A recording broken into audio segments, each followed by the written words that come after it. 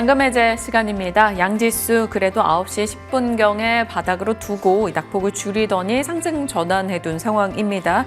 상승폭은 그리 크지 않아요. 0.1% 정도 오름세이고요. 아직까지는 올라가는 종목 개수, 하락하는 종목 개수와 거의 동일하게 진행이 되고 있습니다.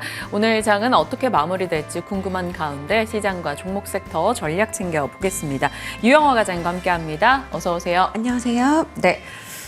일단 시장에 대해서 좀 고민이 됩니다. 머니맵 통해서 시장 분위기 살피고 전략으로 이어가겠습니다. 삼성전자가 그래도 어제에 이어서 오늘까지 힘내주면서 지수를 지지해주고 있네요. 1.3% 상승세 확인이 됩니다. 어제도 외국인의 매수는 삼성전자로 집중이 됐고요. 오늘도 실시간 외국인은 삼성전자를 가장 많이 사고 있습니다. 그 아랫단으로 외국인의 수급이 유입되고 있는 게 현대로템, LIG, 넥스원, 하나에어로스페이스 같은 방위산업 쪽으로 자금 유입이 도드라지고 있고요. 어제 셀트리온은 개별 이슈로 인해서 오늘장 상대적 강세 나타냅니다. 3% 이상의 상승 포착이 되고 있죠. 그 밖의 종목군들은 뚜렷한 방향 설정하지 못하고 있고요. 테마단에서만 오늘 반응을 보입니다. 황사가 워낙 극심하다 보니까 황사 관련한 종목들 테마로 움직임 보여주고 있고요. 로봇과 혹은 HBM, CXL에서 돌아서 이번엔 낸드 종목들이 오늘 좀 더 강한 시세 보여주고 있습니다. 자, 시장의 분위기였어요. 뉴욕장도 오늘 국내장도 그렇고요. 아무래도 PC 그리고 뉴욕의 휴장을 앞두고 조금 이걸 고려한 움직임, 경계감이 나타날 텐데 시장 전략 어떻게 세우십니까? 네. 요즘 지수가 그렇게 최근에 급격하게 상승하는 것은 아니지만 여전히 주도주는 탄탄하게 버텨주는 장세이기 때문에 여전히 주도주를 더욱더 집중해서 봐야 하는 시장이라고 생각을 하고 있고요. PC 발표 이후에 PCB가 굉장히 컨센보다 높게 나와서 시장에 충격을 주는 그 정도가 채권 10년물이 4.5 이상을 뚫는다거나 아니면은 최근에 N 약세가 지속되고 있는데 N이 박스권인 152엔을 또 추가적으로 뚫으면서 약세가 된다거나 그 정도 수준이 아니라고 한다면 저는 여전히 매크로는 큰 시장에 영향을 미치지 못한다라고 보고 있고요. 그래서 여전히 그 시장의 지금 주도주, 오히려 엔비디아는 약간 쉬어가는 상황에서 레거시, 마이크론이라든지 삼성전자라든지 이런 전통 디램, 낸드 쪽, 메모리 반도체 쪽이 강세를 보여주고 있는데요. 아무래도 이제 4월 첫째 주, 둘째 주에 아마 삼성전자 잠정 실적 발표가 나올 것 같은데 마이크론이 서프라이즈가 나왔잖아요. 아마 시장은 삼성전자 실적 보러 들어온 지금 수급이 굉장히 많이 유입이 되어 있거든요. 네. 근데 좋게 보는 것 같아요.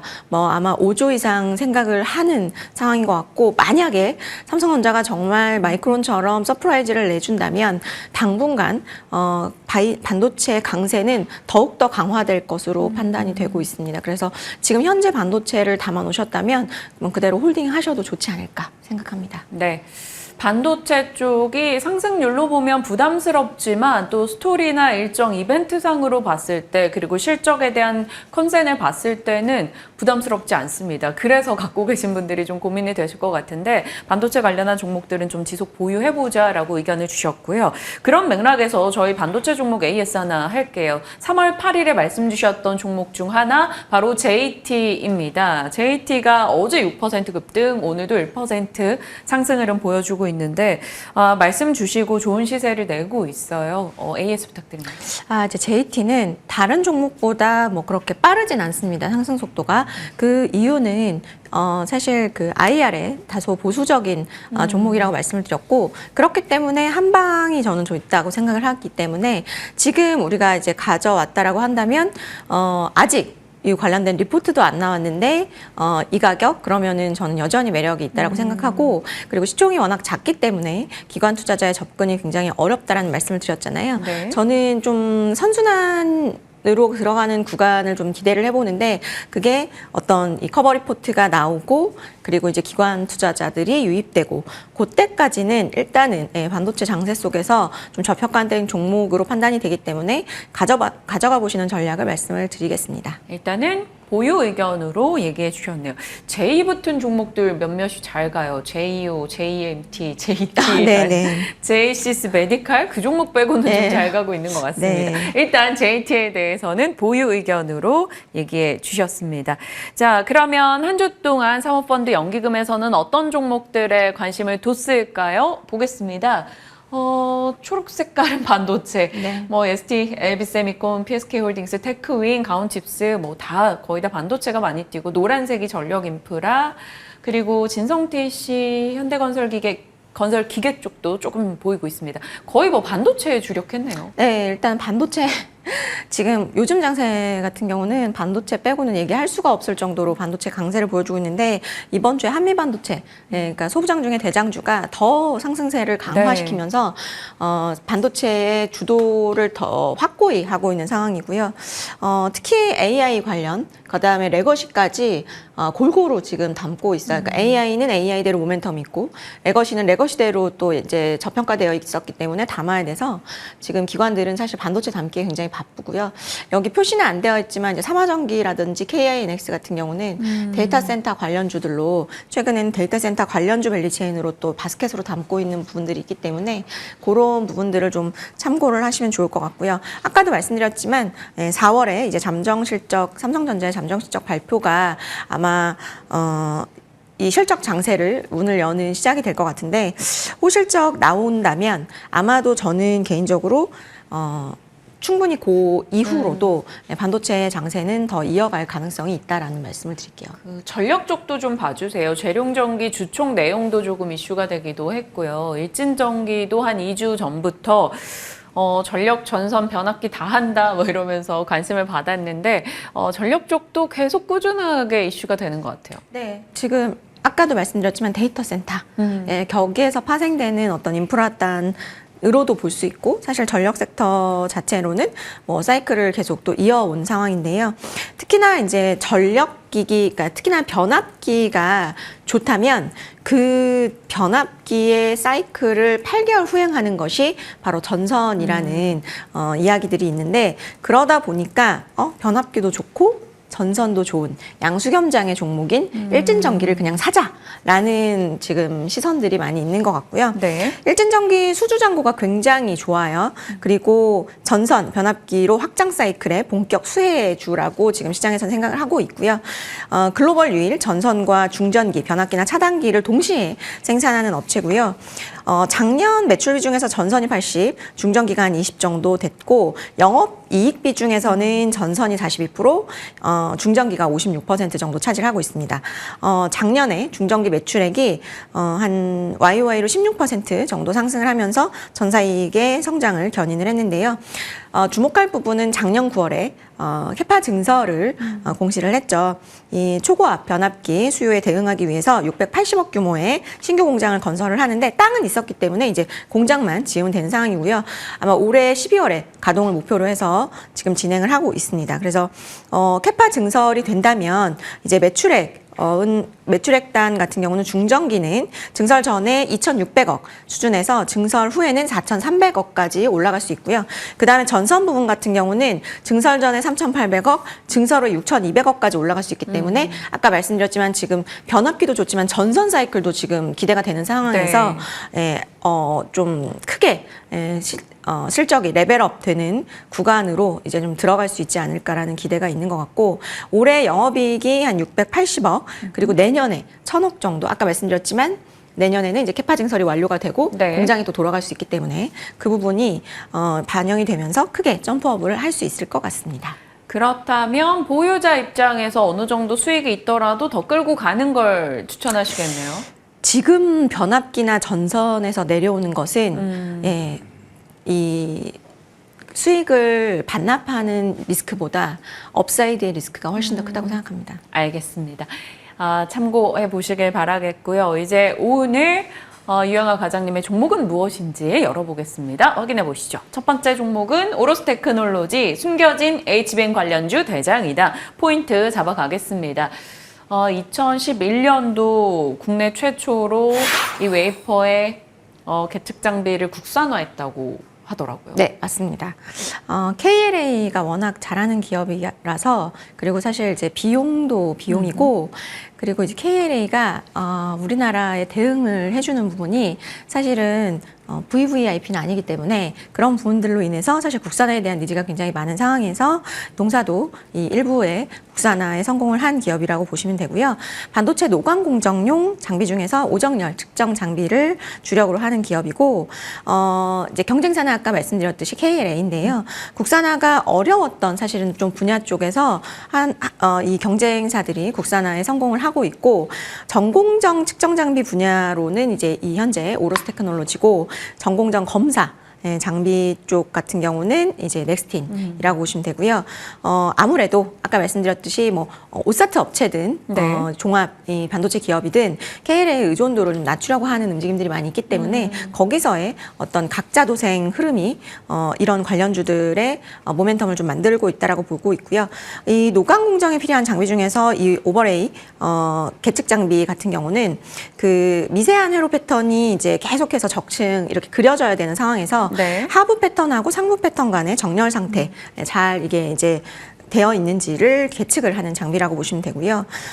반도체 미세화와 고단화 영향으로 인해서 아무래도 노광 공정의 정확성이 계속 필요한 상황에서 좀 수율에 중요한 역할을 하고 있다라고 보시면 되고, 21년 IPO 이후에 SK 하이닉스 위주의 고객사 탈피를 해서 삼성전자 그리고 중국 현지 반도체 회사 쪽으로 다변화에 성공을 하고 있고요.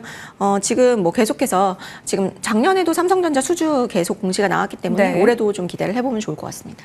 이런 계측 장비, 검사 장비 이런 쪽이 최근에 HBM 이슈가 나오면서 더욱더 주목받게 된 것이 결국에는 반도체 업체들은 수율 싸움이다 보니까 그게 핵심이 되고 있는 것 같아요. 그렇죠. 수율은 곧 이익이에요. 네. 그러니까 이 웨이퍼에서 예를 들어 10개의 그 다이를 만들어서 이게 다 양품으로 확인이 돼서 잘 팔려야 되는데, 그 예를 들어 10개를 만들었는데 5개만 팔리고 5개는 버려야 되면 그러면은 너무 낭비죠. 그렇죠. 네. 그 이익이 안 나니까요. 매출액도 발생을 안 하고. 그러니까 당연히 지금 뭐 저는 개인적으로는 수율 같은 경우는 시간이 지나면 어느 정도 맞춰진다고 생각하는데, 그 시간 안에서 이 장비들 같은 것들 뭐 이렇게 잘 써서 이제 맞추는 건데, 계속해서 아마 앞으로는 이 마이크론, 삼성전자, 하이닉스는 이제 수율 싸움에 이제 돌입을 할 거라고 생각을 합니다. 네. 좋습니다. 그런 가운데서 이 오로스 테크놀로지의 역할을 조금 봐야 될 것 같은데, 지금 주목받는 게 결국은 이 스택 수가 증가하는 것 때문에 주목받는 거잖아요. 맞습니다. 뭐 일단 HBM이라는 거의 핵심 기술은 TSV 패키징 방식인데, 요게 이제 한 장씩 회로를 새기고 거기다가 이제 수율이 확보된 칩들만 이제 재정렬을 해서 쌓는 네. 그런 과정을 거친 후에 TSV라는 미세한 구멍을 이제 뚫어야 되거든요. 근데 전공정에서의 나노 기술의 기술 지금 단위를 요구하는 상황은 아니지만 현재 1024개 에서 HBM4로 넘어가면은 그 2배인 2048개의 그 비하호를 뚫어야 되기 때문에 이제 앞으로는, 그리고 그 이후를 본다면 거기서는 뭐 수만 개의 그 구멍을 또 뚫어야 되는 문제가 있을 수 있어서, 이게 사실은 이게 이제 오정열이 잘 안 맞는다면 결국 수율 문제가 되기 때문에 여기에서의 그 정확도를 높이는 부분이 이 오버레이 계측 장비가 굉장히 큰 역할을 한다라고 보시면 좋을 것 같고요. 그래서 실제로 HBM 생산 수율을 상승시키기 위해서 지금 수요가 증가를 하고 있고, 이런 부분으로 수주를 받고 있고, 그다음에 그래서 이제 동사 같은 경우는 TSV 오버레이 장비하고 이 휨 현상이 있어요. HBM 쪽에서 휨 현상을 잡아주는 그런 검사 장비들 국내 고객사에 일단 납품을 했고요. 그 산업 강의를 작년에 이제 네. 이제 후공정단에서 하이브리드 본딩 막 이렇게 해가지고 했었는데, 거기에 이제 그 자리에 삼성전자 관계자분들, SK 관계자분들 오셨었는데, 오로스 테크놀로지 쪽에서 나와서 이렇게 발표를 하셨어요. 뭐 이런 이제 계측 장비들이 필요할 거다. 그때 굉장히 좀 관심이 많았던 것으로 기억을 합니다. 네. 그렇다면 그 가운데 오로스 테크놀로지는 어느 정도 이 주가 상승을 보여줄 수 있을까요? 사실 작년 3월경만 해도 16,000원 이랬었거든요. 네네네. 그런데 올해는 연초에 그러니까 2월 말경에 4만 원을 찍기도 했었어요. 목표 라인 잡아주세요. 네, 일단 뭐 올해 실적 컨센은 한 영업이익 100억 원 정도 크게 작년보다 상승을 할 것으로 예상이 되고 있기 때문에 일단 목표가는 43,000원 그리고 손절가는 28,000원 제시해드리도록 하겠습니다. 네, 말씀 주신 43,000원의 목표 라인 꼭 도달해서 저희가 관련한 AS 할 수 있게 되길 바라보겠습니다. 오로스 테크놀로지 첫 번째 종목으로 살펴봤습니다. 두 번째 종목 곧장 이어갈게요. 하이브리드 쪽에서 대표 주자입니다. 코리아 FT, 하이브리드 확대 최대 수혜주다. 첫 번째 포인트 보겠습니다. 처음에는 하이브리드에 이렇게 관심을 두는 게 자동차 업계에서 조금 어리석다 이런 느낌으로 여겨졌는데 어느 순간 그게 정답이었다. 약간 이런 분위기로 바뀌고 있습니다. 네, 사실 그러면서 이쪽으로 또 관심이 가더라고요. 맞아요. 요즘 일단 수급도 좋고요. 그리고 실제로 하이브리드 쪽의 데이터가 워낙 잘 나오고 있어요. 그래서 하이브리드의 당분간은 모멘텀이 좀 있을 거라고 생각해서 우리가 충분히 트레이딩을 해볼 수 있는 기회는 있을 것 같고요. 네. 일단 캐니스터 국내 독점 기업입니다. 이게 이제 연료 탱크 내에서 발생되는 증발가스를 활성탄으로 흡착을 해가지고 엔진이 이제 작동을 하면은 그 엔진으로 연소를 시켜서 대기오염을 방지해주는 부품이에요. 그래서 요즘 친환경 하다 보니까 계속해서 이런 부품들이 많이 수요가 늘어나는 상황이고요. 특히나 이제 내연기관이나 하이브리드에 꼭 들어가야 되는 부품이라고 보시면 되고요. 국내에서는 경쟁사 리한이라는 기업이 철수를 했어요. 그러면서 독점이 됐다라고 보시면 되고요. 글로벌 MS는 한 9% 정도. 최근 하이브리드가 잘 나가고 있고 그다음에 작년 3분기부터 미국 공장 가동을 시작을 해서 그쪽에서 점유율 상승을 계속해서 좀 9%에서 이제 앞으로 더 많이 좀 늘려갈 것으로 판단이 되고 지금 현재로서는 이제 전기차 캐즘을 넘어가는 구간인데 현재 전기차에 대한 어떤 가격 저항 그런 부분이 존재하는 상황에서 하이브리드의 차의 판매 호조는 당분간 저는 좀 트렌드일 가능성이 좀 있다라고 보고 있고요. 사실 저도 하이브리드 타는데 아하. 한 달에 제가 10만 원을 주유를 하면 1,000km를 갑니다. 와. 그래서 제가 사실은 출퇴근할 때 이제 차를 이용하는데 한 달에 한 번 정도 주유하거든요. 그래서 사실 전 너무 편해요. 네. 직접 써보신 네, 후기로 네, 너무, 하이브리드. 예, 저는 하이브리드 되게 좋고요. 갑자기 네. 이제 마음이 쏙 기우네요. 예, 그렇죠. 예. 그래서 사실 이제 미국이라든지 유럽도 보면 이렇게 쓱 이렇게 전기차 전환에 대한 시기를 조금씩 늦추는 네. 그런 좀 상황들이 보여지기 때문에 일단은 그 사이를 하이브리드가 잘 채워줄 수 있을 것으로 보여서 뭐 포드라든지 GM이라든지 이런 기업들도 전기차 전환 계획을 지금 일단 좀 잘 안 되기 때문에 조금씩 이게 좀 미루고 그 중간에 하이브리드로 좀 도입을 하면서 메꾸는 추세라서 동사의 영업 환경은 지금은 굉장히 좋은 시간이다라는 점을 좀 보시면 좋을 것 같아요. 그러니까요. 다음 포인트 곧장 가겠습니다. 그런데 이 코리아 FT의 캐니스터 같은 경우는 앞서 내연기관에도 들어갔다고 하셨잖아요. 그런데 왜 지금에서야 주목받을까 했을 때 딱 보니까 뭔가 가격적 ASP 효과. 그러니까 그 내연기관 거보다 네. 캐니스터가 하이브리드 건 2배입니다. 왜냐하면 하이브리드의 특성이 있는데 저는 이제 주유를 조금 해서 좋지만 저속 주행을 하면 특성상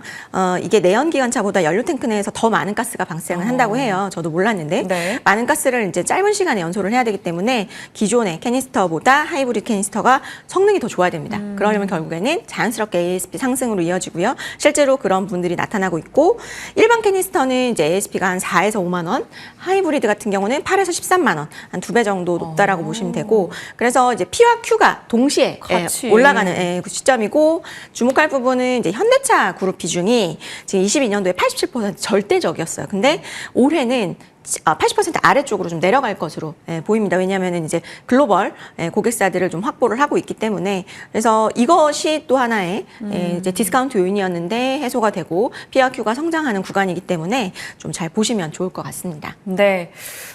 사실 코리아 FT는 한 2년 들고 있다가 작년 말에 답답해하고 파신 분들이 보면 네. 너무 속상하실 것 같아요. 2년 내내 한 3, 4천 원 이렇게 네. 있다가 올해 정말 확 튀어줬는데 이 업체가 고객사 다변화에도 좀 주력하고 있다. 좀 전에 말씀해 주셨잖아요. 그 부분 조금 더 얘기해 주세요. 아, 네. 그거는 일단 지금 그 현대 그룹차향으로는 독점적인 지위를 유지를 하면서 뭐 현대 그룹에서 빠져나온 게 아니고 그거는 유지를 하면서 워낙 이제 레퍼런스가 좋기 때문에 네. 글로벌 고객사향 매출 확대를 계속해서 지금 진행을 하고 있고요. 글로벌 고객사는 사실은 또 마진율이 좋습니다. 그쵸. 네. 그래서 그런 부분들이 좀 긍정적이고 만약에 이제 글로벌 고객사가 또 아까 말씀드렸듯이 전기차보다 하이브리드 차로 약간의 이제 그 중간 고개를 넘어서는 라인업 확장이 있다면 뭐 아무래도 하이브리드 캐니스터를 잘 팔고 있는 이 회사가 수혜를 좀 받을 수 있을 것으로 판단하고 있습니다. 네. 그러면 가격은 어느 정도 보실까요? 네, 목표가는 1차로 7,500원, 손절가는 5,000원 제시해드리도록 하겠습니다. 네, 말씀 주신 가격 라인 저희 잘 기억해 보겠습니다. 7,500원 목표가 터치하면 AS 할 수 있도록 해볼게요. 자, 두 종목에 대해서 전략 챙겨봤습니다. 유영화 과장님과 함께했습니다. 고맙습니다. 감사합니다.